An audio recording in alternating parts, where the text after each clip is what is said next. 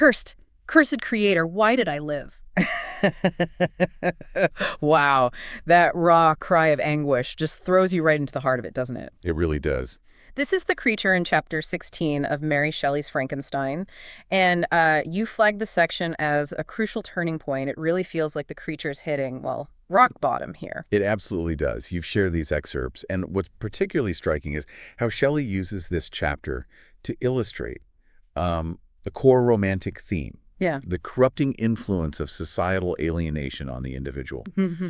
We witness this profound transformation as the creature's initial longing for connection just sort of curdles into utter despair and this burning desire for revenge. Right. Our aim today is really to trace that descent, to really dig into the experiences that fuel this dramatic and honestly tragic shift. Exactly. So at the start of this chapter, the creature is still reeling from that brutal rejection by the Lacey family.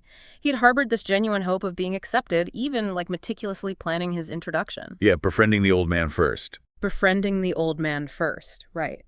And now that hope has been replaced by this intense, almost primal rage.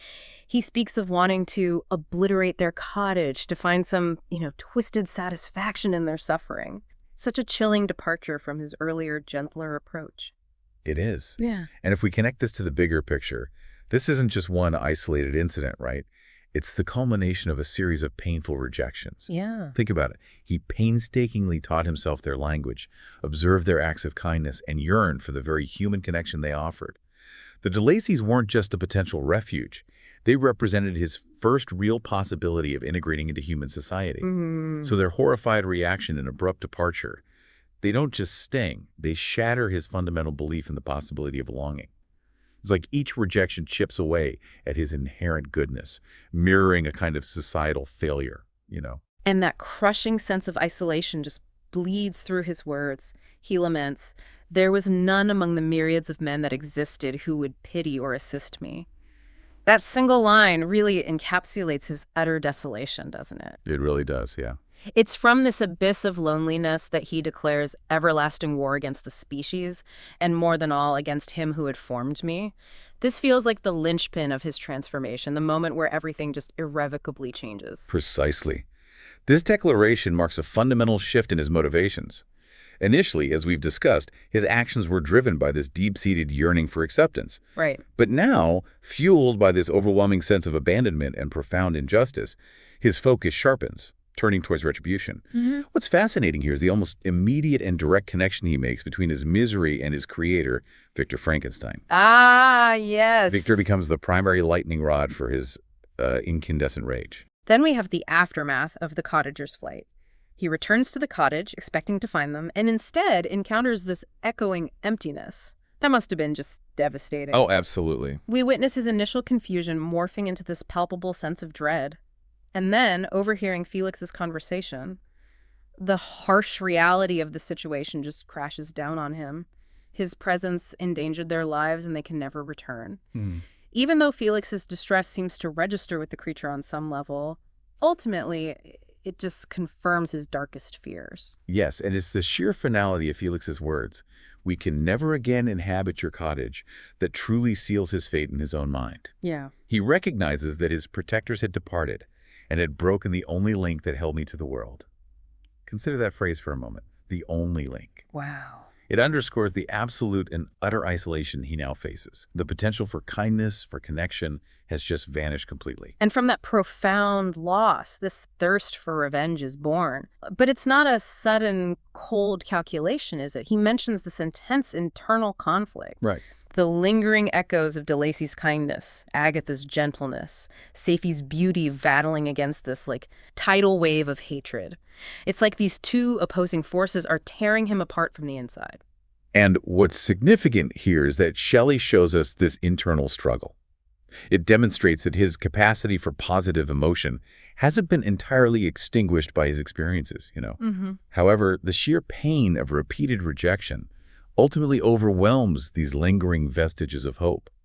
And this internal battle culminates in the very deliberate and symbolic act of destroying the cottage. Right. It's not a spontaneous outburst of anger.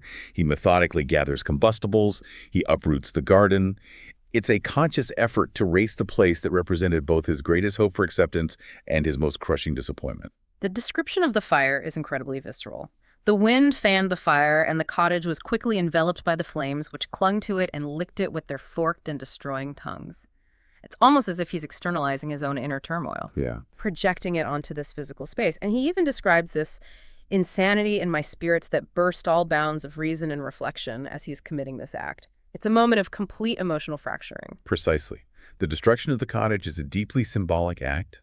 It represents the annihilation of his hopes, the destruction of his dreams of belonging and connection.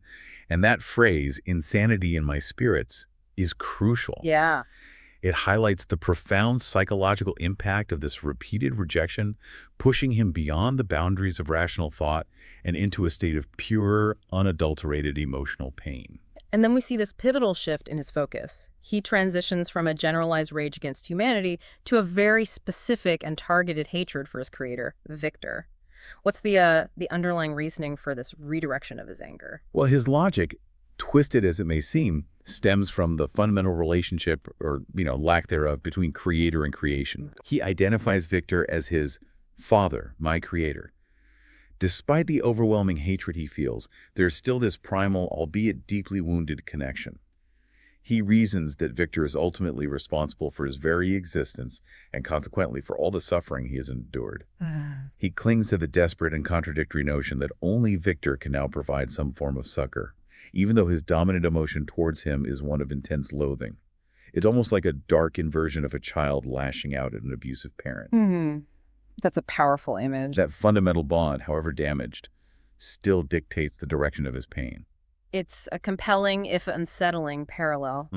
And then he utilizes the knowledge he gleaned from eavesdropping on Felix's lessons with Safi, his understanding of geography, to pinpoint Victor's location in Geneva.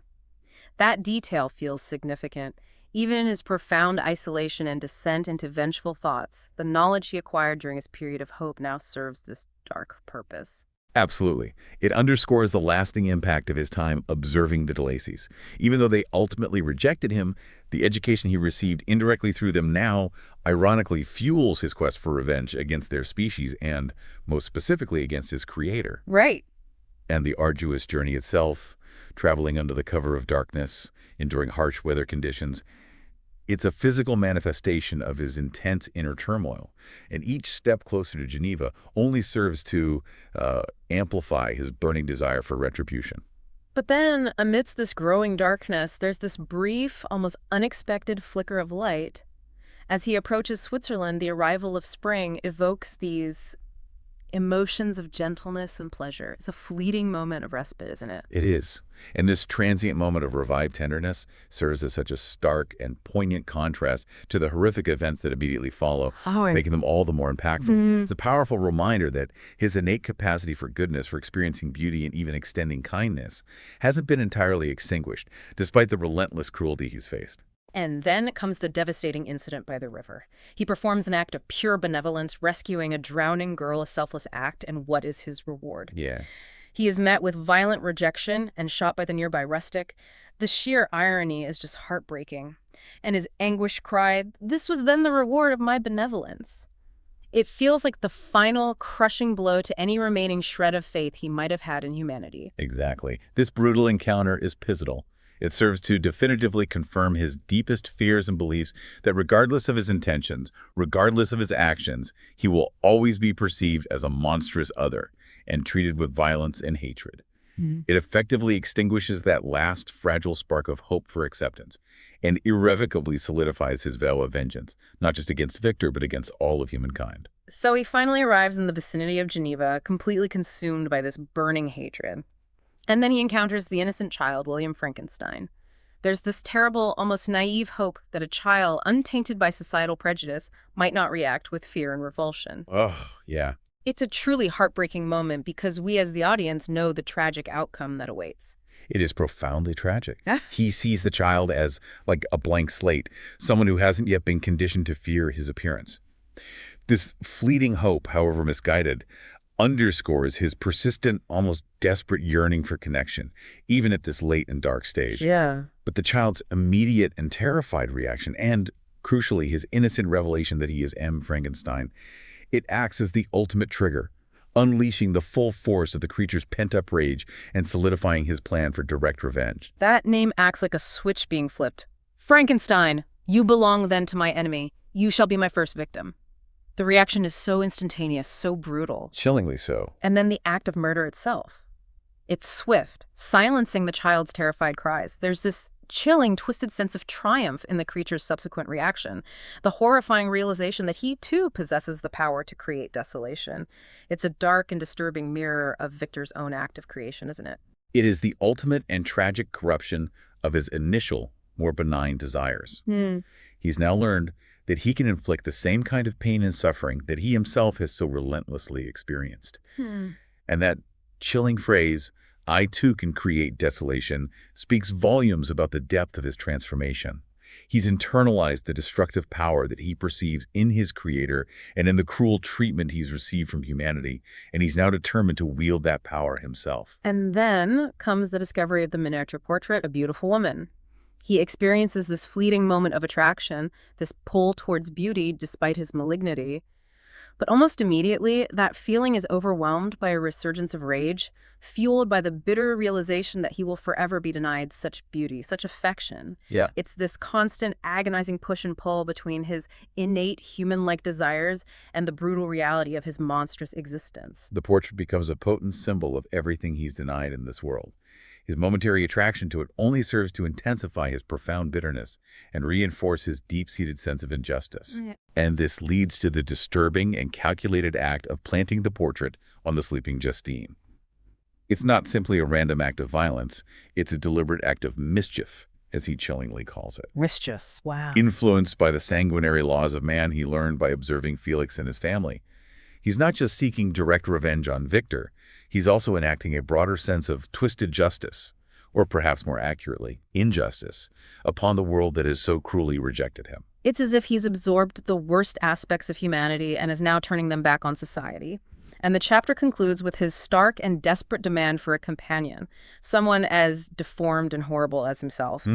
He's reached this point where he believes that only another being who shares his monstrous physicality will be capable of offering him the connection and understanding he so desperately craves. My companion must be of the same species and have the same defects. This being you must create. It's a truly chilling ultimatum, born out of utter loneliness and profound despair. It is. This demand for a companion underscores the absolute depth of his isolation. He's been universally rejected by all of humanity, and now he seeks solace in the desperate idea of a being who will inherently understand his plight because they share the same cursed existence. It's a profoundly twisted desire for connection, born from the ashes of his completely shattered hopes for integration and acceptance. So to recap, in this single pivotal chapter, we've witnessed this devastating descent into revenge, a direct result of the crushing and repeated rejections he endures, culminating in the tragic murder of young William and this chilling demand for a companion. It really does feel like the loss of the cottagers acted as the primary catalyst, didn't it? Oh, absolutely. It extinguished that final ember of hope and irrevocably set him on this dark and destructive path. Absolutely. The Lacey family represented his last real chance at redemption, at integration into human society. Their abrupt departure and the subsequent brutal and violent encounter he experiences solidify his deeply ingrained belief that he is inherently monstrous and utterly undeserving of even the most basic human kindness. This chapter serves as a stark and powerful illustration of how relentless societal rejection can breed not only profound hatred and despair, but also a terrifying and destructive desire for vengeance. It truly does make you consider the far-reaching consequences of such profound isolation, doesn't it? Think about the cumulative impact of constant denial of connection and empathy on any individual. How might such relentless negativity shape their entire perception of the world and ultimately dictate their actions? Exactly. Were there any junctures in the creature's tragic journey where a different response, maybe just a flicker of empathy, might have fundamentally altered this devastating trajectory? It's the haunting question, isn't it? It really is. This deep dive into Chapter 16 leaves us with a chilling and enduring understanding of how isolation and hatred can tragically beget further violence, a theme that, unfortunately, continues to resonate deeply in our own world.